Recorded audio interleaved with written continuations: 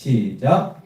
알아서 하는 삶, 믿음 없는 행동, 믿음 있는 행동. 여러분들 지금 로마서를 제가 새벽에 계속 우리가 강해를 하고 있는데 은혜 받는 분들 참 많습니다.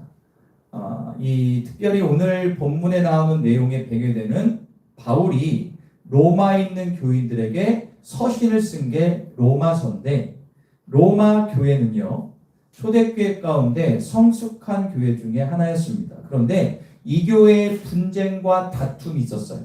그 이유가 뭐냐면 그 교회 안에 두 부류가 있었어요. 첫 번째로 유대인이었는데 예수를 믿었던 성도들이 있었고, 또 한쪽에는 이방인이었는데 예수를 믿던 사람들이 같이 믿음 생활을 했어요. 근데 문제는 뭐냐? 유대인인데 예수를 믿은 성도들은 유월절, 맥주절, 칠칠절 이런 거를 꼭 지켜야 된다라는 주의예요. 그래서 오히려 이걸 지키지 않으면 믿음이 없는 사람이라고 해가지고 이방인 그리스도인들을 비판했습니다. 반대로 이방인 그리스도인들은 그런 어떤 율법적인 것에서 자유한 사람들이기 때문에 예수 믿으면 됐지 율법에 왜 매이냐? 그래서 그거를 지키려고 하는 그 유대인 성도들에 대해서 되게 멸시천대했습니다. 그러다 보니까 교회 안에서 어떻게 해요? 갈라지게 되는 거죠. 한쪽에서는 그건 부정한 음식이야, 먹으면 안 돼. 한쪽에서는 그게 무슨 상관이, 주님 안에서 우리는 자유한데, 이런 비난과 비판이 오갔어요.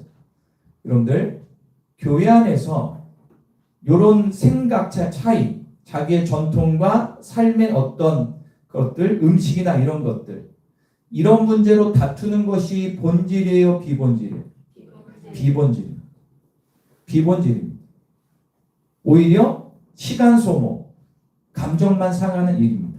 이거를 알았던 바울이 비본질의 문제로 다툼이 있는 로마 교회 가운데 강력하게 경고합니다. 그러면서 얘기하는 게 뭐냐면 17절에 보면 나오는데 이렇게 나옵니다. 하나님의 나라는 먹는 것과 마시는 것이 아니라 성령 안에서 의와 평강과 희락이니라. 하나님의 나라라 함은 첫 번째는 천국이요, 두 번째는 예수 그리스도 이름으로 모인 공동체가 천국인데, 거기에 먹는 것 마시는 것, 즉 비본질로 싸우면 되냐 안 되냐? 안 돼. 오히려 성령이 함께 의와 평강과 희락이 있어야 됨을 강조하면서 오늘 본문으로 결론을 내려요. 자, 오늘 본문 다 같이 한번 읽겠습니다. 한 번 더. 시작.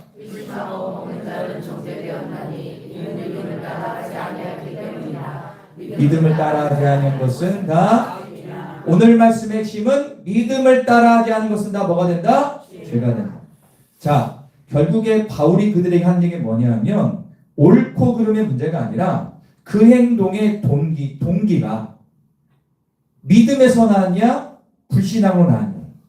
이 사람들이 지금 싸운 것은 믿음 때문에 싸운 거예요? 불신앙 때문에 싸운 거예요? 불신앙 때문에 싸운 거예요. 믿음의 문제라면 진짜 싸워야 되지. 이건 싸울 필요가 전혀 없다는 거죠.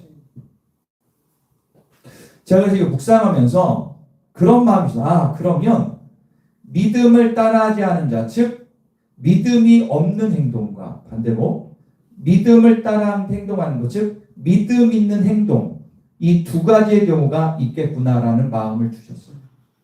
그래서 우리가 믿음 생활하면서 믿음을 따르지 않는 행동은 다 뭐라고요? 죄인데, 밖으로 믿음을 따라하는 행동은 다 의롭다고 여겨주신다는 거죠. 이게 로마서에 흐르는 전체 맥락입니다. 그래서 우리 두 가지를 비교하면서 나의 신앙을 한번 점검하기를 축원합니다. 즉 비본질과 본질, 내가 어디에 마음이 가 있는가입니다. 1번 다 같이 한번 읽어볼게요. 시작. 다시 말씀드리겠습니다. 바울이 얘기하는 근본적인 영적 원리는 뭐냐? 옳고 그름의 문제가 아니라는 거예요. 그 행동의 동기가, 출처가 믿음이냐 믿음이 아니냐의 문제입니다. 그래서 믿음 없는 행동이란 이렇게 정의할 수가 있습니다. 한번 읽어보도록 하겠습니다. 시작.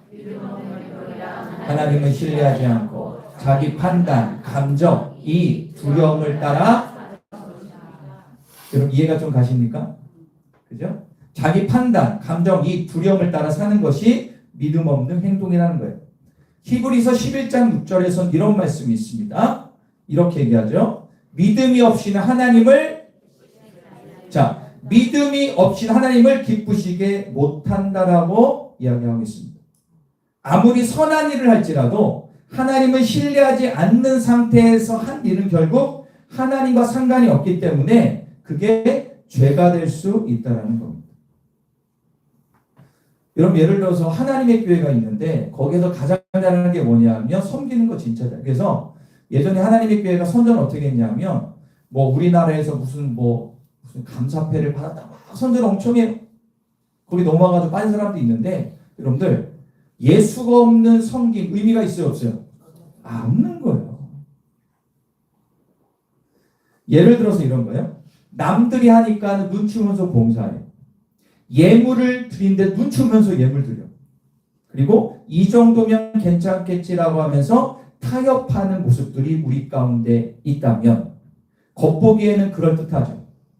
하지만 믿음을 따라하지 않았기 때문에 하나님 보시기에는 옳은 행동이 아니다라는 사실입니다. 여기서 우리는 세 가지 중요한 포인트를 얻게 되는데 그 제목 보여주세요. 우리 다 같이 한번 읽어보겠습니다. 시작. 자, 이거 중요한 거예요. 믿음 없는 행동의 세 가지 특징이 있습니다.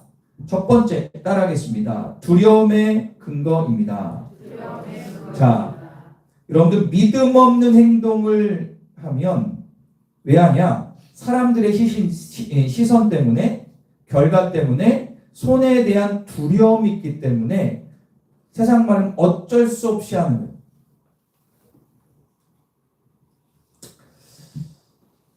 이렇게 믿음 없는 행동을 하면 감정이 이렇게 변해요. 두 번째 읽겠습니다. 시작.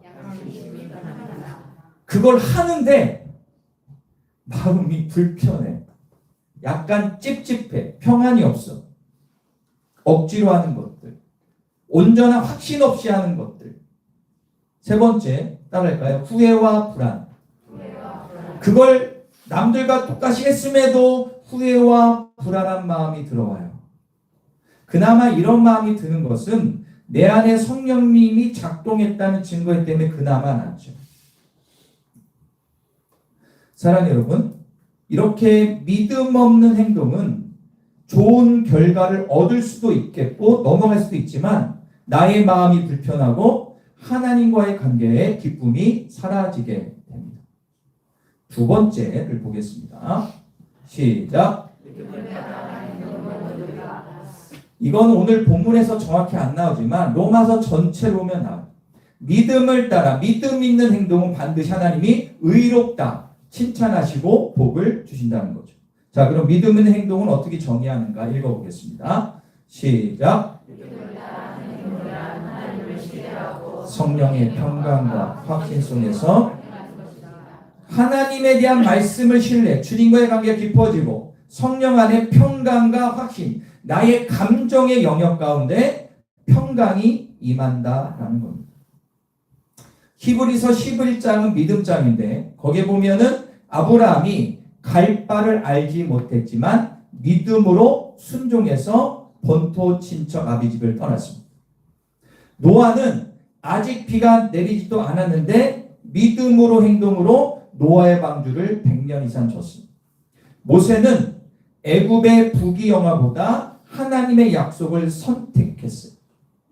이들 모두 결과보다 말씀에 순종한 거예요. 즉 지금 눈에는 아무것도 안 보여.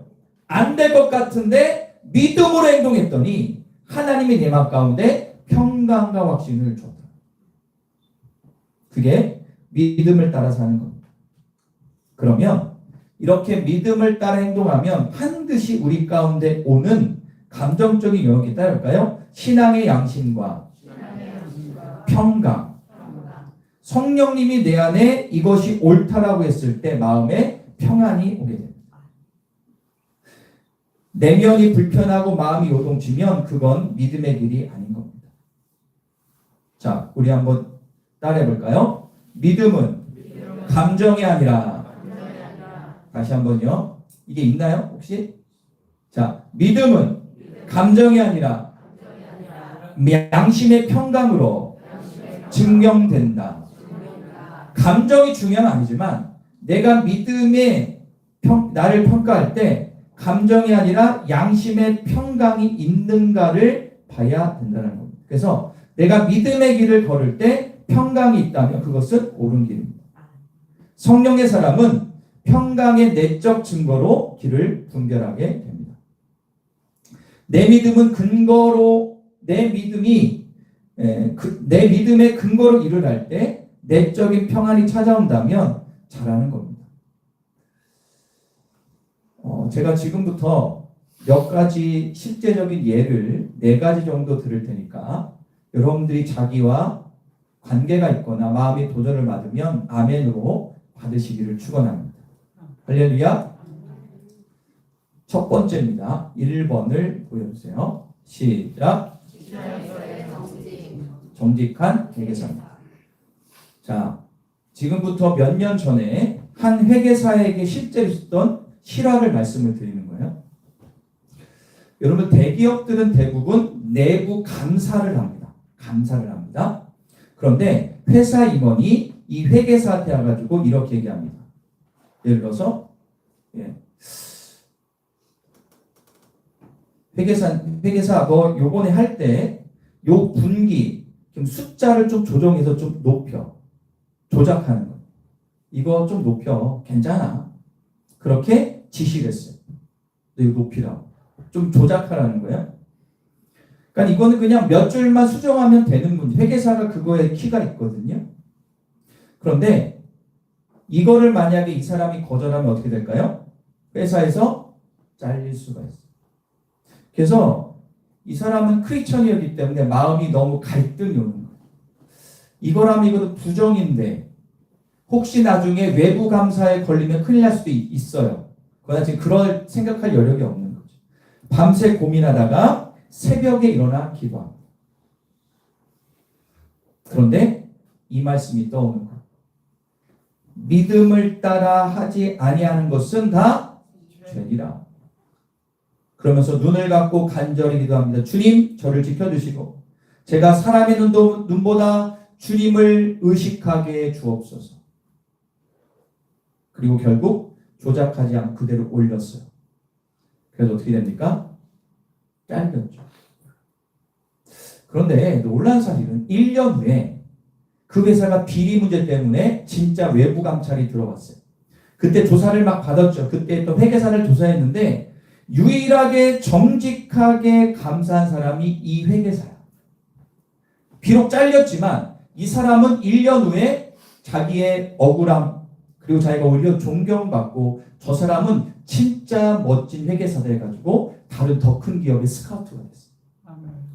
할렐루야. 이건 제가 실화라고 말씀드렸죠.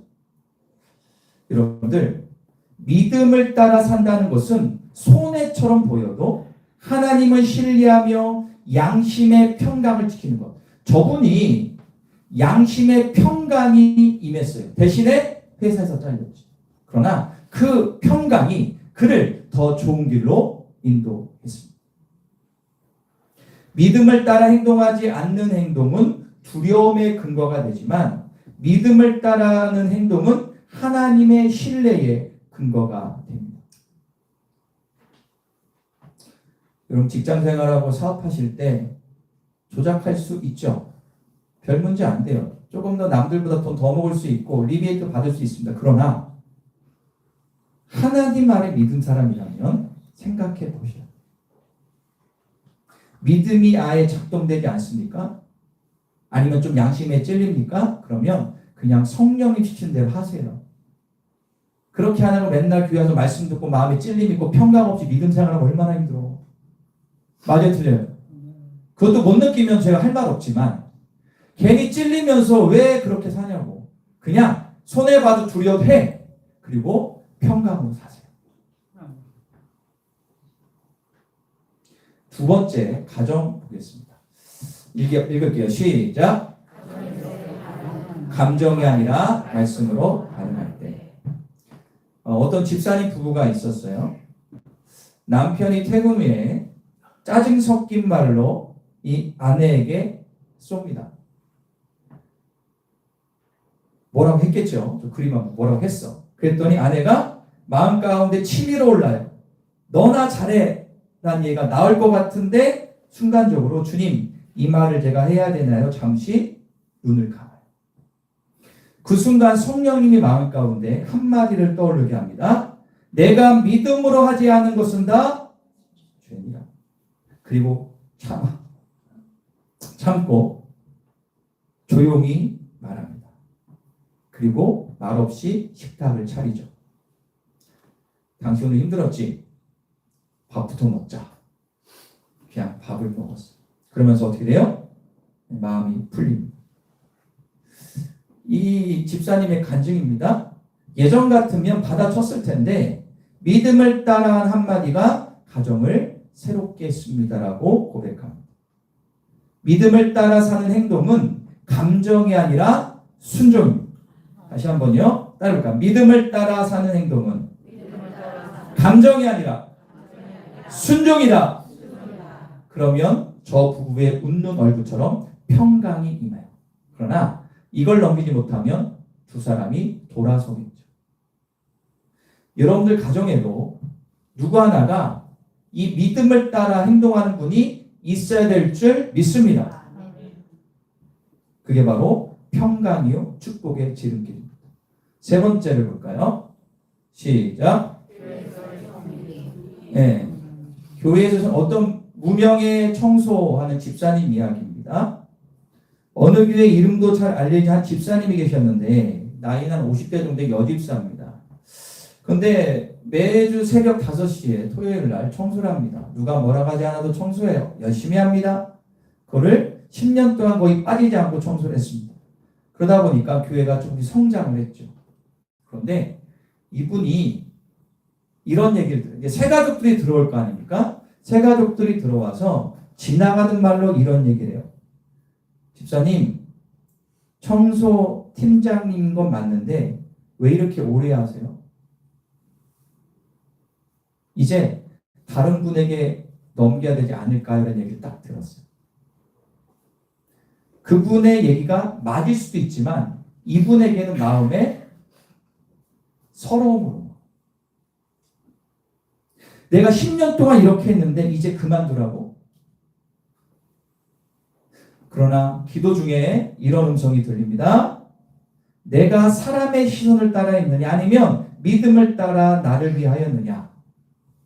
그리고 눈물로 그날 새벽도 청소합니다. 주님, 저는 여전히 주님이 위해 이곳을 닦습니다. 그리고 몇 달 후에 교회 20주년 감사 예배를 드리게 됐습니다. 그때 갑자기 목사님이 어떤 집사님을 소개합니다. 이렇게 소개합니다. 보여주세요. 이 교회가 깨끗한 이유는 보이지 않는 한 분의 믿음으로 된 것입니다라고 얘기했어요. 이름을 얘기하지 않았지만 교인들은 다 알아요. 그리고 다들 박수를 치게 돼요. 그리고 이 집사님의 10년 동안 나름대로 소갈했던 것이 이 시간 다 풀어지고 존경받는 사람이 됩니다. 믿음을 따라하는 섬김은 아무도 몰라도 하나님은 기억하시고 복을 주십니다. 그러나 믿음 없는 봉사는 서운함, 피곤함만 남습니다. 여러분들은 어떠십니까? 이분이 제가 잘 사는 못 살지 모르겠지만 이 순간만은 그 어떤 부자보다 부럽지 않고 마음의 진정한 평강이 임하게 됩니다. 네 번째 마지막으로 보겠습니다. 시작. 계산 아니라 신뢰를 결단할 때. 어떤 성도님이 계셨습니다. 이분은 신실하게 11조 생활과 헌금 생활을 잘했던 분이었습니다. 그런데 최근에 사업이 좀 어려워서 잘 안 되니까 수입이 반 이하로 줄어버렸어요. 그래도 믿음이 있어서 그래도 드려야지 라고 계속 드리게 됩니다. 그런데 한 달이 지나고 두 달이 지나고 사업이 열릴 기미가 보지 않아요. 가득값 내야지, 아이 학원비 내야지, 생활비가 빠듯해지자 생각합니다. 뭐 하나도 이해하시겠지.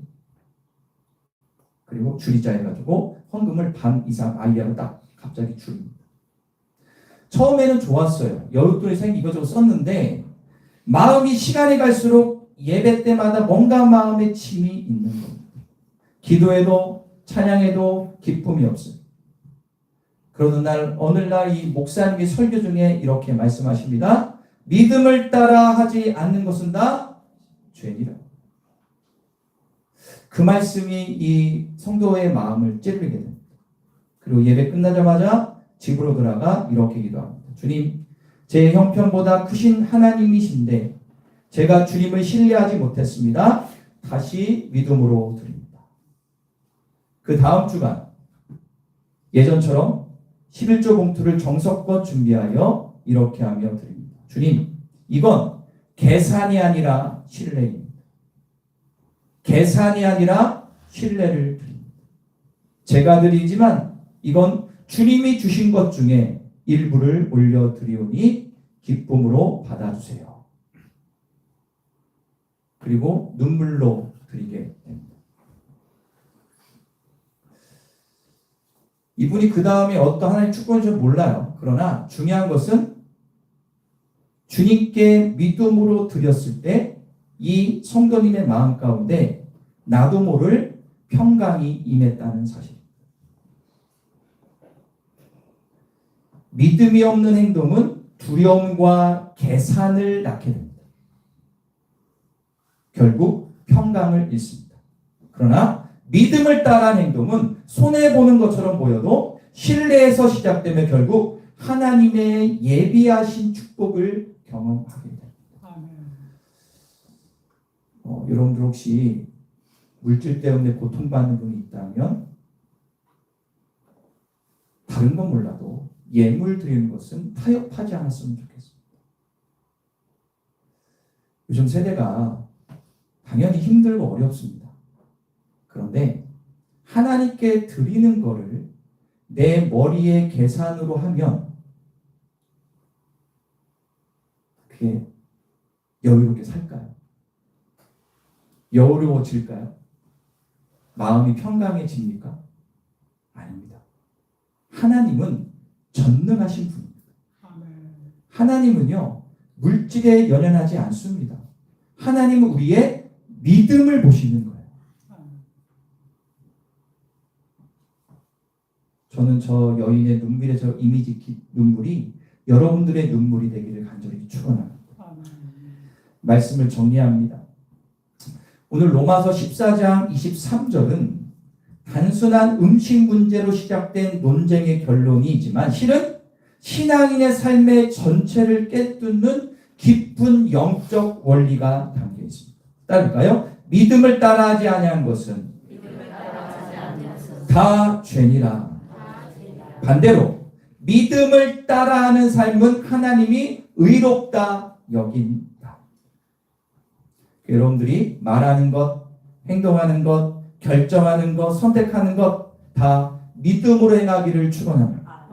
하나님을 신뢰하며 양심의 평강 안에 이루어지기를 축원합니다. 그러면 하나님 반드시 하나님의 때에 복을 주십니다.